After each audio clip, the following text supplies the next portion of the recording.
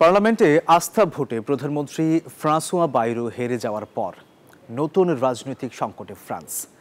দায়িত্ব নেওয়ার মাত্র ৯ মাসের মাথায় পদ ছাড়তে হচ্ছে তাকে।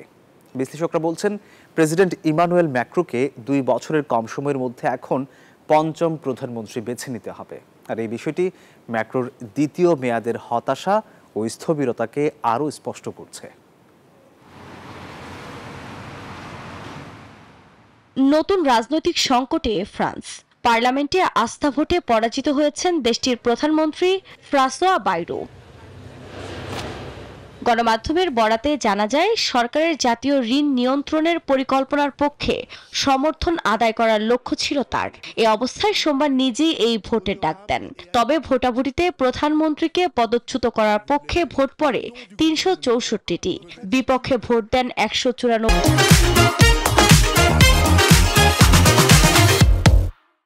জন পার্লামেন্ট সদস্য। ভোটদানে বিরত ছিলেন ২৫ জন।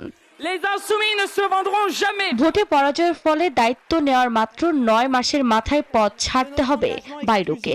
এ অবস্থায় ফ্রান্সের প্রেসিডেন্ট ইমানুয়েল ম্যাক্রোকে ২ বছরের কম সময়ের মধ্যে এখন পঞ্চম প্রধানমন্ত্রী বেছে নিতে হবে। তবে ম্যাক্রোর দফতর জানিয়েছে, এই প্রক্রিয়া আসন্ন কয়েকদিনের মধ্যেই সম্পন্ন হবে। এ নিয়ে বিভিন্ন মহলে চলছে আলোচনা। মিশ্র প্রতিক্রিয়া জানিয়েছেন প্যারিসবাসী। এটা অনুমানযোগ্য ছিল যখন আপনি দলীয় নেতাদের কথা শুনতে পান। তার স্থলাভিষিক্ত কে?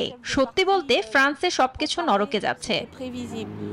ভোটে বাইরোর পরাজয়ের ফলে ফ্রান্সের রাজনৈতিক সংকট আরো গভীর হবে বলে মনে করছেন বিশ্লেষকরা। আফরিন মৌ, নিউজ 24।